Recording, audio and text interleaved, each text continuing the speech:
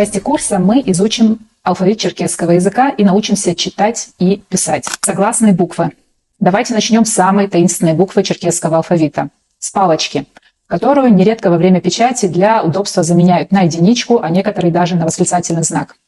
А те, кто никуда не спешит, печатают ее на английской раскладке большой буквой I.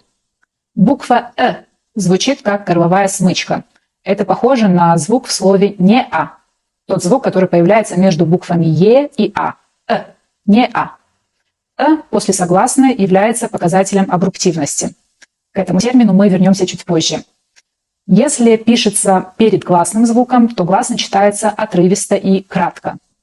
А, краткое А, У, краткое У, А, резкое А, резкое краткое Е. Повторим еще раз. А, О, А,